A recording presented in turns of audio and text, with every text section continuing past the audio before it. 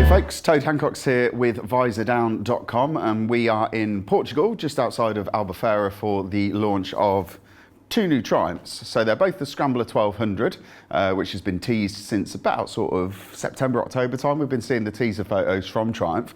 And there are two variants of the bike. We've got the XC, which is this bike here, which is a slightly less extreme version of the Scrambler. And we've also got this, which is the XE, which Triumph hope is going to be the full fat sort of adventure bike, sort of the hardcore off-road bike.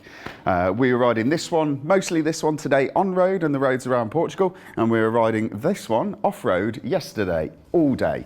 So let's have a look and see how that went.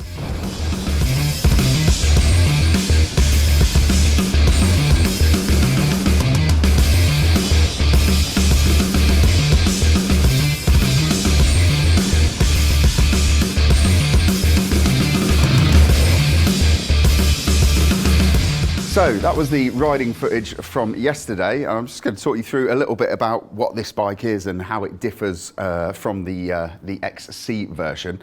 So the XE stands for Extreme.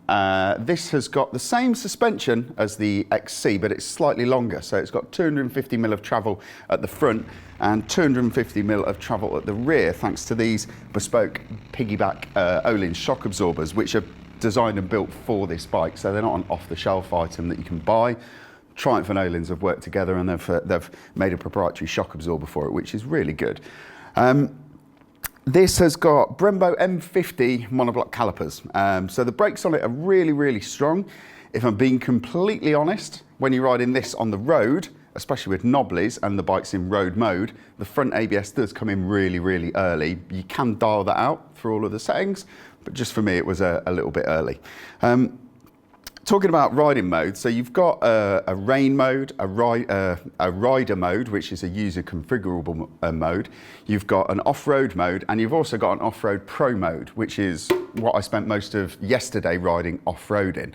The benefits of it are that it cuts out all of the traction control, which allows you to slide the bike around, and it also removes the ABS from the front wheel and the ABS from the back wheel, so you can get the back end of the bike moving around on the dirt. It just helps you to turn the bike around if you're in a bit of a pickle and you need to spin the bike around quickly. So this bike, the XE, is a shade over £12,000, and you can buy a whole host of accessories. This one's got some of them fitted to it. So this has got the mesh headlamp cover. It's got some billet surround for the headlights. It's got a crossbar on the handlebars.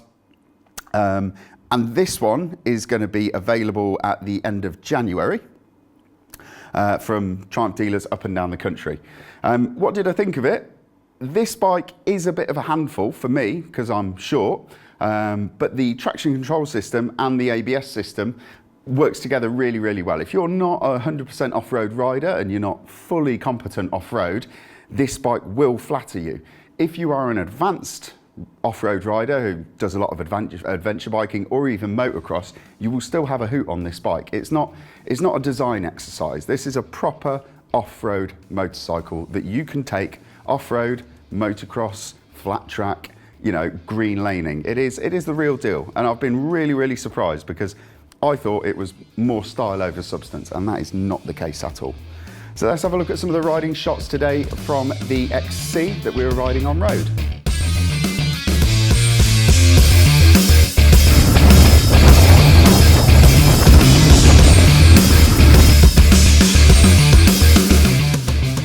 So as you've just seen, today was a little bit of a mixed bag in terms of the weather. It was pretty awful to start with. We had fog and rain and sort of really horrible drizzle to ride through, and then in the afternoon it perked up and we got some decent weather, which was really good. I spent most of the day on this, most of today riding this bike, and I've got to be completely honest with you, I actually prefer it to the more extreme version, the XC, and I'll tell you why. This bike has got slightly less suspension travel, so this has only got 200mm of travel front and 200mm of travel at the rear of the bike, unlike the 250 of the XC. I'm a bit of a short ass, as I mentioned earlier, and it just means I've got that little bit extra control over the bike. I can get both feet pretty much flat on the floor, whereas on the XC I was kind of tippy-toeing. Also off-road, I did ride this one off-road yesterday, and it kind of, that center of gravity is a little bit lower. So when the bike moves around on the dirt and the back end starts to step out on you, it's a little bit slower. And it just makes you feel like you've got a little bit more control. The XC has also got a shorter rear swing arm. It's about 30 millimeters shorter. That doesn't sound a lot, but it actually makes this a lot easier to maneuver on the road section. Today, when we were out and about on the mountain roads, we had to turn the bikes around in the road for photos and so on and so forth, and for video.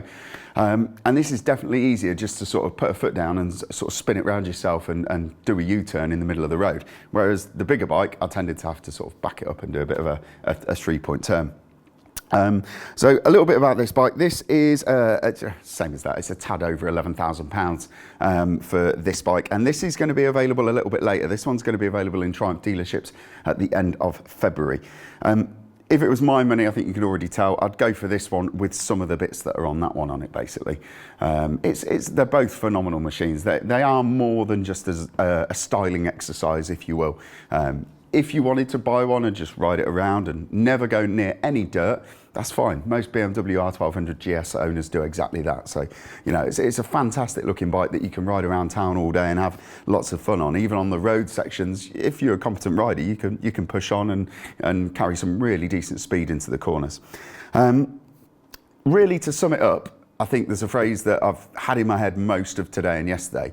This isn't the best off-road bike that money can buy. There are much more focused off-road bikes, things like KTMs and Husqvarnas and Yamahas that you could go motocrossing on. I think this is the best all-round off-road bike and the best looking off-road bike if you didn't want to do sort of hardcore cross-country tours on it.